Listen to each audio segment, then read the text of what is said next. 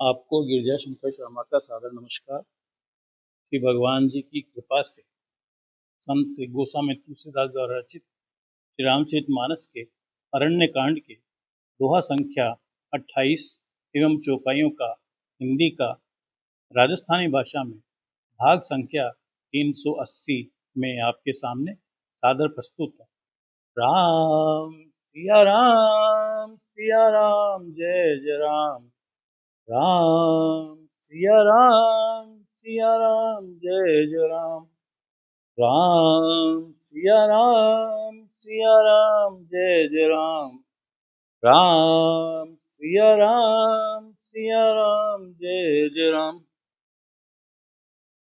फिर क्रोध में भरकर रावण ने सीता जी ने रथ मारे यानी रथ पर बैठा लियो और वो घनी उतावली के साथ आकाश मार्ग से चल्यो, किंतु डर के मारे बीस रथ हाँक्यो नहीं जावे। सीता जी विलाप कर रही थी, हा जगत का अद्वितीय वीर श्री गुरुनाथ जी के की अपराध से यानी किस अपराध से म्हारे माड़े अर्थात म्हारे पर दया भुला दी। हे दुखा ने हरबा वाला, हे शरणागत ने सुख देवा वाला, हा रघुकुल रूपी कमल का सूर्य, हा लक्ष्मण, हाँ को दोष नहीं है। मैंने क्रोध कियो वी को फल पायो। श्री जानकी जी बहुत तरह से विलाप कर रही हैं।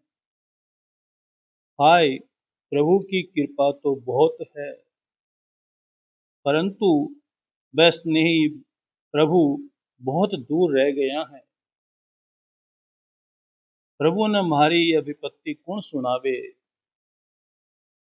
यज्ञ का अन्न न गधा खाणु चावे है। सीता जी को भारी विलाप सुनकर जड़ चेतन सगड़ा जीव दुखी हो गया। गृध्रराज जटायु ने सीता जी की दुख भरी वाणी सुनकर पहचान लियो कि ये रघुकुल तिलक श्री रामचंद्र जी की पत्नी है। बिना देखियो कि नीच राक्षस इनने बुरी तरह लिया जा रहे है। जया कपिला गाय मलेच्छ के पाले पड़ गई हो।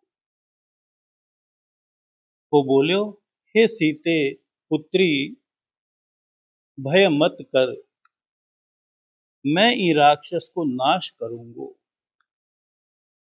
यह कहकर वो पक्षी क्रोध में भरकर कहीं दौड़ियो जया डूंगर अर्थात पर्वत की ओर वज्र छूटतो हो। बिन ललकार कर कहो, रे रे दुष्ट, ऊबो क्यों नहीं होवे अर्थात खड़े क्यों नहीं होवे, निडर होकर चल दियो। मने तू कोनी जान्यो।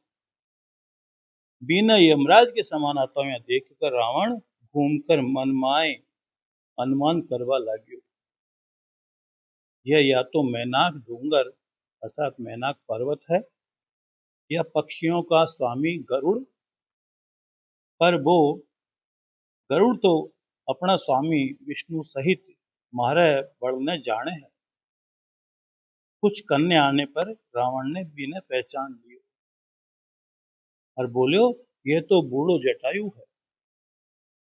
यह मारा हाथ रूपी तीर्थ में डील अर्थात शरीर छोड़ेगो। यह सुनता ही गीध क्रोध में भरकर बड़ा वेग से दौड़ो और बोलियो, रावण मारी सिखावन सुन। जानकी जी ने कुशल पूर्वक अपने घर जानकी जी ने छोड़कर कुशल पूर्वक अपने घर चलियो जा, नहीं तो ये बहुत भुजाओं वाला अश्यो होवेगो कि श्री राम जी का क्रोध रूपी अत्यंत भयानक अग्नि में थारो सगड़ो वंश पतिंगा होकर भस्म हो जाएगो।